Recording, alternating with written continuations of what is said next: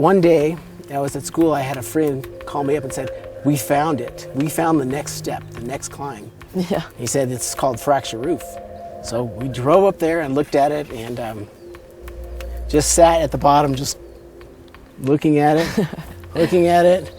trying to figure out which way it faced, if it was steep, how steep it was. It was just impossible to tell, which is why we ended up calling it the Grand Illusion. Yeah.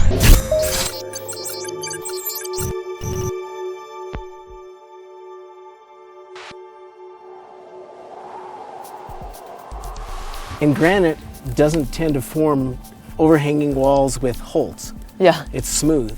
Yeah, exactly. And so pretty much everything you climb on had to be a crack. And so it was really difficult to find a crack that was not impossible, but still difficult.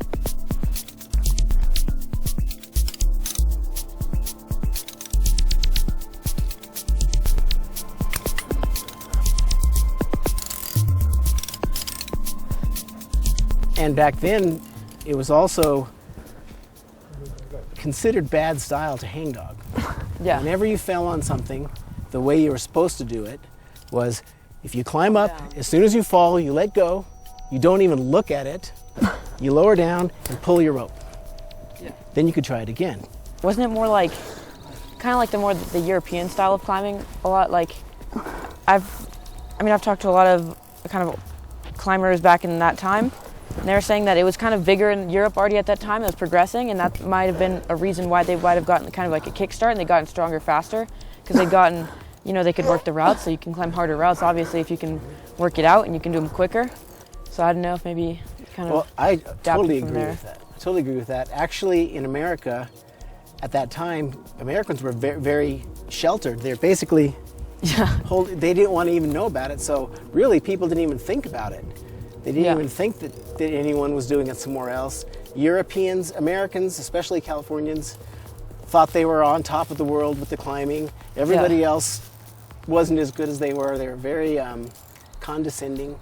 Yeah. And so they couldn't imagine that anything anybody else was doing was worth anything. It was really sad.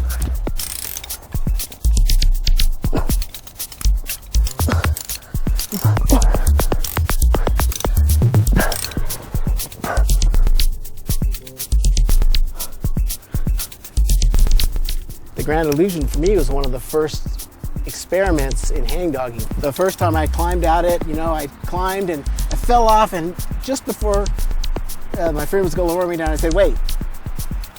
Kind of felt guilty, but I went, okay, lower me, you know. It was the next step in difficulty. I'm going to have to figure out something else. And so what I did was climbed up a few times the first time I was there, felt out the crack, looked at it, went home, got the hammer out, cut wood, and started making replicas of the climb. Yeah. And so that I would get on the climb and I'd just go, and every few days practice training on it, you know, and climb Get the on muscle it. memory. Yeah, and pretty much treat it like something to be trained for. Yeah. And so that's what I did. And so instead of actually climbing on the climb, to fit within the rules of ethics, I was practicing at home. Yeah.